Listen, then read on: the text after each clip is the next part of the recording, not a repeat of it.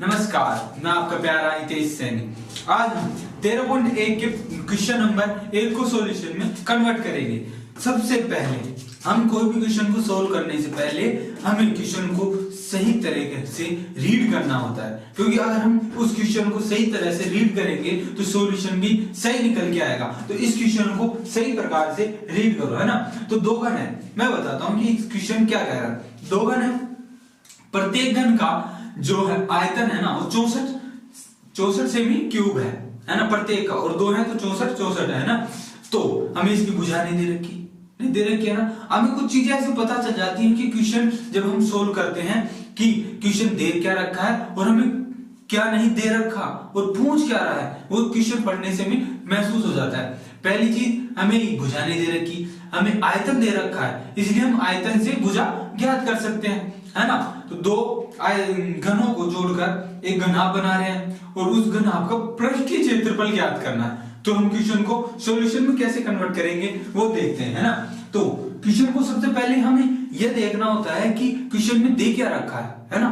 तो क्वेश्चन में क्या दे रखा है, हमें एक घन का आयतन दे रखा है, वो क्या है 64 सेमी क्यूब। अब हम घन का आयतन का फॉर्मूला जो हमें रीड करके याद करके रखना होता है कि भाई आयतन का घन का आयतन का फॉर्मूला क्या होता है, भुजा क्यूब बराबर 64। भुजा क्यूब बराबर हमें एक से पता पड़ जाएगी कि दोनों घनों की, क्योंकि दोनों घन समान है, 64 सेमी क्यूब के आयतन वाले एक घन है, तो हम उनसे प्रत्येक की भुजा ज्ञात हो जाएगी। तो भुजा क्यूब बराबर 64 और भुजा बराबर 64 का क्यूब क्या होता है 4 होता है। 64 का क्यूब क्या होता है 4। हम इस कैलकुलेशन से भी कर सकते हैं, जैसे अब एक क्यूब है तो 64 यानी 4 गुना 4 गुना 4, 4 गुना 4 गुना 4, ऐसे भी याद कर सकते हैं, जिससे हमें पता चल जाएगा कि भुजा क्या आ गई 4 आ गई। अब ये देखो, जैसे आपको एक घन दिख रहा होगा, एक घन दिख रहा है ना, तो इस घन में हम 64 सेमी क्यूब का है, तो इससे हमें ज्ञात कर ली कोई एक भुजा, ये जो ये भुजा है ये कितनी है 4 सेमी।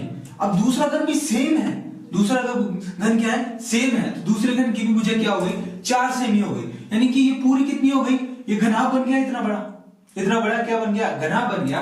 तो इस घनाभ की क्या हो गई चौड़ाई हो गई 8 सेमी और लंबाई क्या हो गई 4 सेमी और ऊंचाई क्या हो गई 4 सेमी।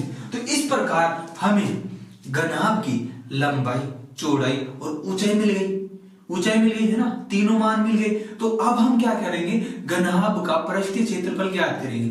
घनाभ का पृष्ठीय क्षेत्रफल का फॉर्मूला क्या है 2 इंटू कोष्ठक के अंदर, है ना, लंबाई गुणा चौड़ाई प्लस चौड़ाई गुणा ऊंचाई प्लस चौड़ाई गुणा लंबाई। देखो फॉर्मूला क्या है 2 इंटू लंबाई चौड़ाई ऊंचाई लंबाई ऊंचाई, है ना। अब फॉर्मूले में हम क्वेश्चन से मान ढाकर इसमें रखते हैं, जैसे लंबाई कितनी है 4 और चौड़ाई कितनी है 8, क्योंकि 4 8 हो गया, है ना।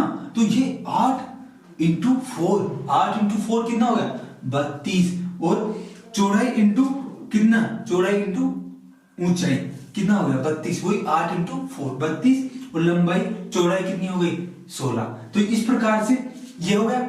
अब हम नेक्स्ट स्टेप में क्या करते हैं कि जैसे इनको जोड़ देते हैं, यानी 32 32 64 32 32 64 64 और 16 80, 64 और 16 कितने हो गए 80 हो गए, यानी कि 80 इंटू 2 तो 160।